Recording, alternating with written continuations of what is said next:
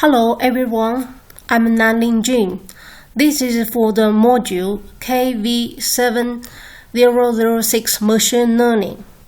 Today's video is about support vector machines, which is one classical classification method which is very popular in research area and also popular in applications.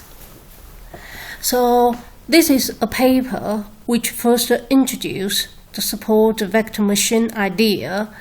The purpose is for classification for large-scale database. Okay, let's have a look at the support vector machine, the concept.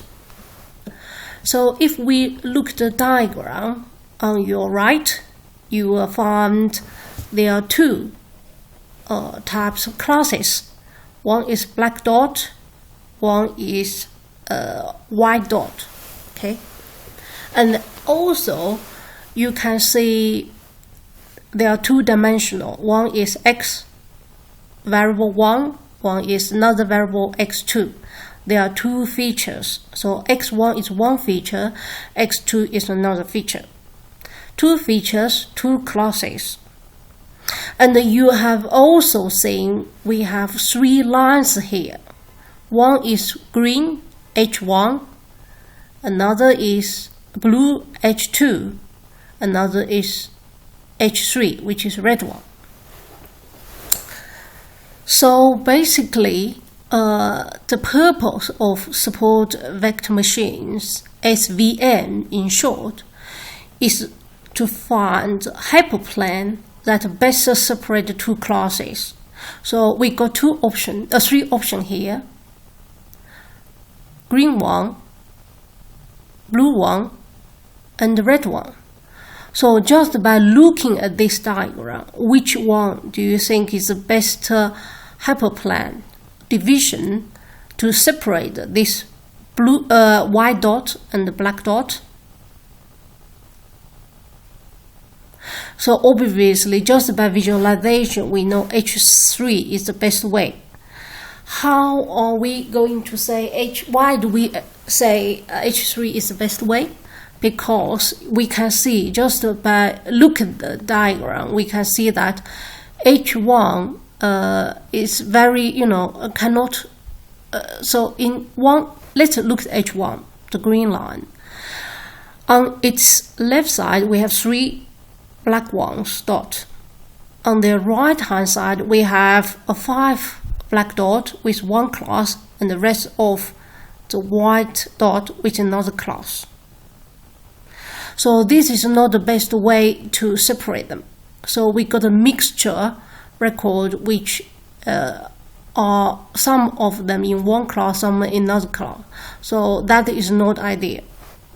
Okay, so H1 is certainly not a good idea. Okay, let's look at H2. H2 certainly separates the two sets of data. White one in one side, in its right side, and the black dot is in its left side. Clearly, they divided them nice enough, very nice. And also H3 does the same way, which nicely separate two classes. So compare H2 and 3. Which one do you think is the best way to separate them?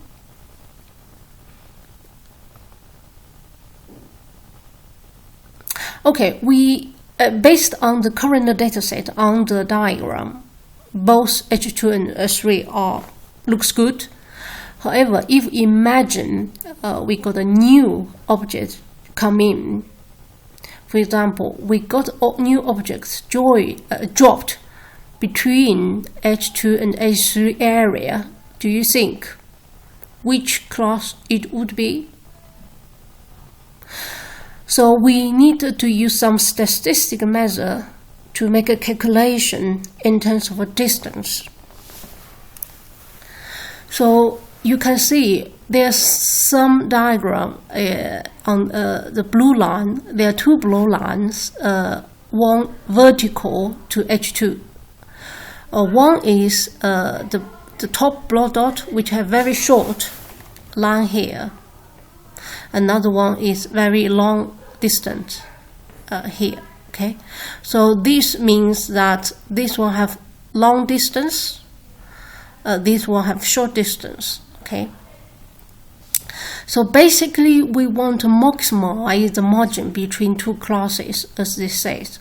So we want the distance between every object to this potential hyperplane is maximum. So you can see this object, which also have very, very close distance to blue line, same as this one, very close. However, if we look at the two set of data, they are both very far from the H3. So no one is nearby H3. Therefore, H3 is the best option.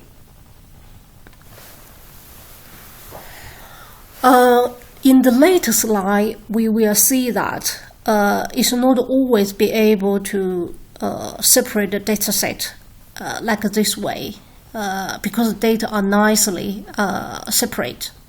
Probably we need to draw some curved lines in order to separate them, but the principle are the same. We need to find a line or hyperplane which separate them most, so the distance between the group of objects is largest. The distance is largest, and also in this case we only have two dimensions, x1 and x2. Imagine we got many dimensions. How we are going to do that? So that's why we need to introduce formally support vector machines, which you could use packaging to do calculation for you later on. So this is a formula which both based on the same, which is a formula which just translate what we have observed in the last slide. You can see here we have way to, imagine we are moving them. We are moving from this dashed line, certain weight and certain function. So weight x minus b equals 1, weight x minus b equal to 0, and weight x to minus 1. So you can imagine there's a range of possible values. We could move, move the weight, move this way, move that way. We can move in order to find what is the best division. C is introduced here as a penalty. So if we got, for example, if we move the line further down, which we cannot separate two classes, then we have a penalty. Okay, and epsilon is to calculate degree. The observation is the degree of the observation is misclassified. Sometimes they just in the border, so you get less weight is kind of weight. Then the penalty will be small. If I put this line here, by this way, I got a lot of misclassification, and then my weight is much higher.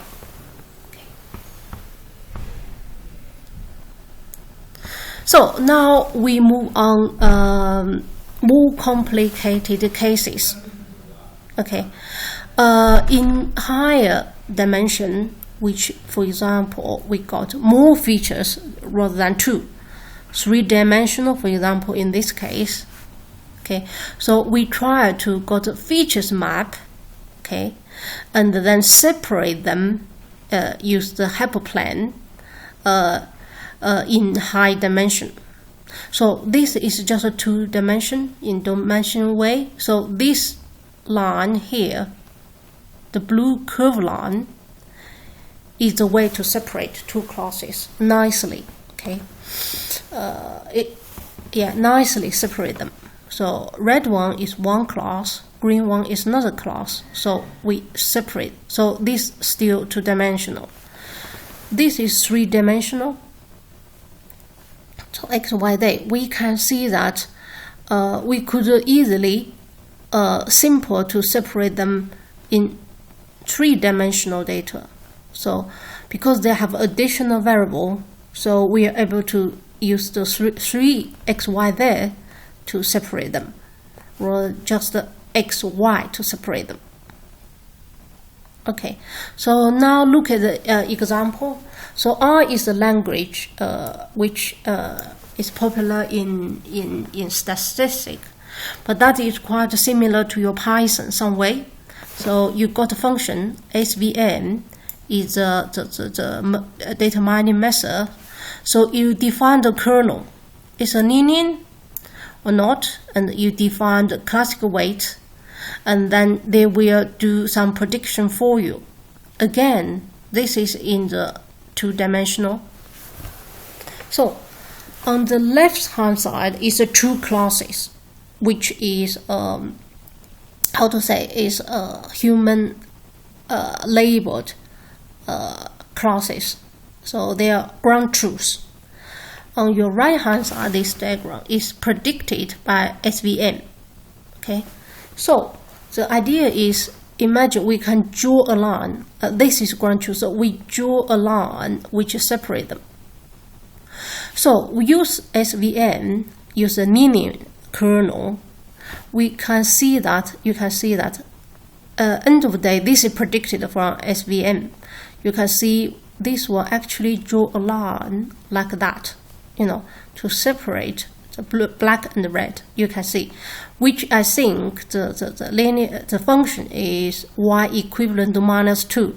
You can see that, okay? However, if you can see the ground truth, some of this data are above -2. Is clearly, at least these 2 or 3, they are -2. So this one is not 100% accurate, but however, the accuracy is high enough. So with this kind of simple linear kernel model. So okay, so you can see here the few cases which are misclassified, and here they should be in the red. Here, yeah, this one. But sometimes we need to keep a balance between simplification of the model and, on the other hand, the accuracy. So to avoid overfit. So imagine I make a very complicated way to separate them. But given, because this dataset is quite small in some way, so in the new cases come in, you may realize this dot are over, outlier, which is normal case, and this simple way to separate them probably will reach higher accuracy in the end. So we always need a balance between how simple the model is and how accuracy it, and try to avoid overfit. So this is the way the SVM model has separated two classes for us. You can see basically on the certain value is one class, below that is another class. Okay. So if we look at this example, which is quite different from what we have seen before, right? So this is ground truth, which is inside. This previous is like top, and then bottom, and now is like outside is one class, and inside is another class. Okay, so if we try to use a similar way, SVM, to separate them, you will find they probably got error, because we cannot find a linear way to separate them. Because in terms of x, if we just look different x value here, you want to separate them, you cannot find a good way. If you separate by this way, y, you find different values. You probably can say I still use y equivalent minus 2, which for one side 100% accurate, but for the other hand you have a mixture of both classes, so not ideal. So if we use similar linear linear model for SVM, we couldn't find a good way to make predict. For example, this one just simply say, oh, everyone is in one class, but actually it's wrong. Okay. So basically they make one class at all. So that is not a good solution. Therefore, we need move on to different solution, which is called radio-based. So linear-based, radio-based. Okay. So we still look at the same example. We have just the same problem, but this time we change kernel to radian. Okay, and we also use SVM, same packages. We just change kernel, so you can see my predicted class are very similar to what I have in the true classes, except one dot here, which is not right. So the accuracy is really, really high. So radio-based could allow us to make some, more better fit for the data. So you can see that basically the generated model, which is on radio basis. So basically it's a circle. Within everyone in this circle will be one class. Outside circle will be another class. So in summary, so that is SVM. So in summary, I just quickly go through what we have about today. First, in the two-dimensional linear way is to find the maximum distance hyperplane between two groups of data. So this is a concept. No matter how many dimensions we will have, or if it's a curly line, or if the radial is a linear, the principle is the same. Okay, and then the mechanism of supported vector machine is try to moving around to see what is the